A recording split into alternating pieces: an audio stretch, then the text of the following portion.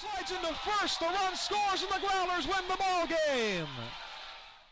Back with the Kalamazoo Growlers post-game show here, wrapping up what was a brilliant pitching performance from Austin Woodby today. Sam, I know you got a chance to talk to you. Jack Benjamin with you as well. And my partner Sam O'Toole here interviewed Austin Woodby after his brilliant 7 2/3 performance. He can't quite get through the eighth, but 4 strikeouts, 3 hits, all pretty weak contact. He was fantastic today. Well, the interview, he's very cool, confident guy, and that was pretty obvious on the mound today. A lot of weak contact. Had 4 strikeouts through the first 3 innings, just struggled after that to strike guys out, but he didn't struggle at all with his pitching performance. Perfect game through 6 2/3, the obvious Growler of the game here in the 2-1 victory.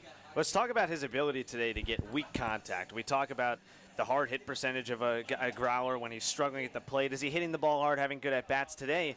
Austin made it so that this is a really good hitting Moondogs team, and he contained them. Shepsky, his first couple at-bats, couldn't figure him out. Eventually he doubles later in the game. We'll get to that in a second. But just talk about the ability of Woodby to get weak balls all day long. It was really impressive the way they just couldn't figure him out. Obviously, a couple of strikeouts worked, and he struck out the side early on in the game in the second inning as well. But he was just great in terms of inducing weak contact. Well, it was 10 groundouts, 6 flyouts, and 1 lineout. So you could tell just by the 1 lineout that he didn't get a lot of hard contact off him, everything driven into the ground. He talked about the defense behind him. It was tremendous, especially in that 6th inning where they tried bunting on him right away. Good play there by Connor Smith, his first start at third base, and then Woodby helped himself on the mound in that inning as well. It was really a pitching and defense game. The infield was great behind him. David Hensley great out in center field as well. Saw some defensive substitutions there in the 9th inning to shore up the win for Kalamazoo. Just a great overall effort. Obviously, only a few hits from the offense, not much going there. But when you got pitching like that from Austin Woodby and the defense behind him, you only need a couple runs. Woodby had it cruising. In case you guys weren't able to see the game at least. 6 2/3, no base runner for the Moondogs reached. That changed when Jake Shepsky, who currently led the league, coming in 381, he led the Northwoods League in batting average. He doubled to right center.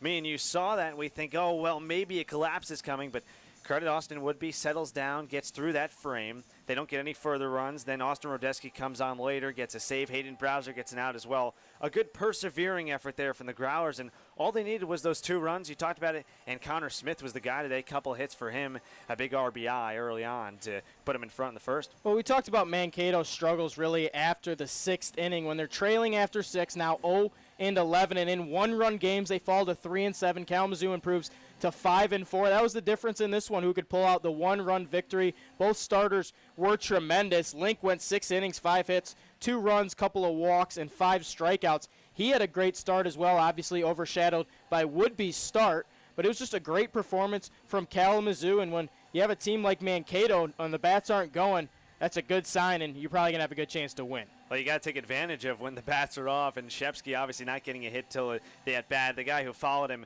as well drove in the only run, and Chase Hamilton. So they got the runs there. They threatened with a base runner in the 9th as well. Rodesky ends up shutting the door and gets his 5th save of the year. So just a great overall group effort for the Growlers. And they get another good one on the mound tomorrow in Jacob Pachota, a guy who so far is 2-0 in his couple of starts. A 2.05 ERA. Jacob has been great, and we'll look for another good one today against the Moondog team you know is going to be hungry to get the bats going a little bit more. Yeah, I'd expect the bats to be going a little bit more tomorrow. Pachota's going to have his hands full, as you said. It's going to be the best lineup he's faced all season. He got his first win against Rochester a couple weeks ago. Obviously picked up the win in Rockford as well. This will be the toughest lineup he will face, and it's a great rotation shoring up here for Kalamazoo. We've seen good starts from Devin Pauline, B.J. Butler, Kevin Marnin we've seen good starts from. And so when you get Austin Woodby like that, a guy who just joined the team a couple weeks ago, 1 bullpen appearance, now 1 good start, 1 kind of off start for Austin. When you get a rotation like that, you get 5, 6, 7, even 8 innings sometimes, you got a very good chance to win.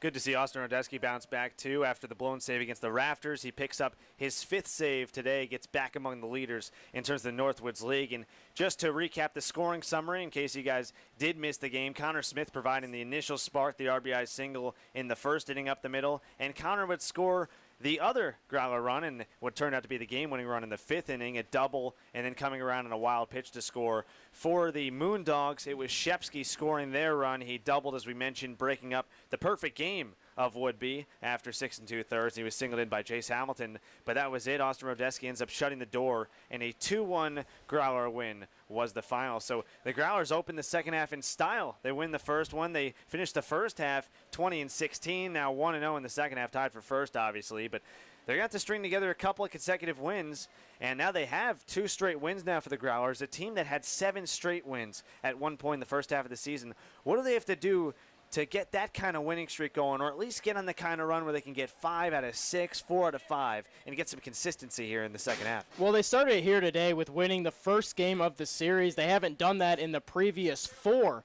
dating back to that road trip, Kenosha, Rockford, Wisconsin Rapids as well. All those teams lost the first game. It's really tough to get something going when you're not playing that well. The offense has been really the killer in game 1 of a series. Today, just 2 runs, but obviously the pitching performance of Woodby, you don't need much offense, but getting a streak going, get good pitching performances like that, get the offense going in the second game of the series, which has worked out for Kalamazoo right now. A good start to the second half, similar to the first. That's what did it at the start. They won opening night, and then they got that 7-game winning streak going. A big winning streak will really help Kalamazoo here in the second half.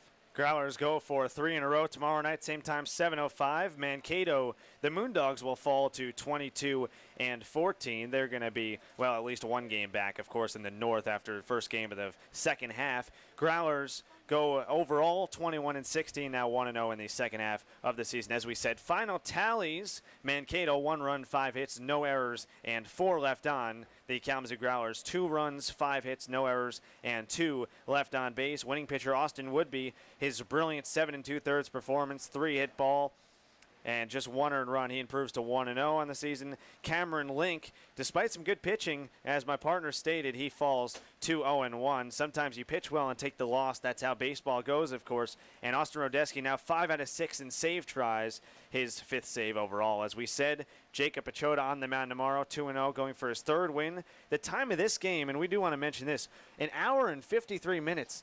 And how about that? Shortest game the Growlers have played this season. What's interesting, Sam, the other shortest game they played against Rochester. So 2 interleague battles. And that one was 2 hours 14. I believe it was Devin Pauline on the mound for that one. So a couple of short games so far against interleague foes. We'll take them up here in the press box. Obviously, hot days, and we'll take the quick games. Great pitching performance, as we said, Austin Woodby. And the attendance today was 988. So a big thanks to everyone in all of our media, everyone in the press box. Derek, of course, our director, Tommy, Jake, and Xander in the press box. And for my partner, Sam O'Toole, I'm Jack Benjamin signing off with this postgame wrap-up. A 2-1 Growlers win, 1-0 now in the second half to start the season. All right, everyone, we will see you tomorrow night, 7:05, and try to go for the sweep against the Mankato MoonDogs. Good night, everyone.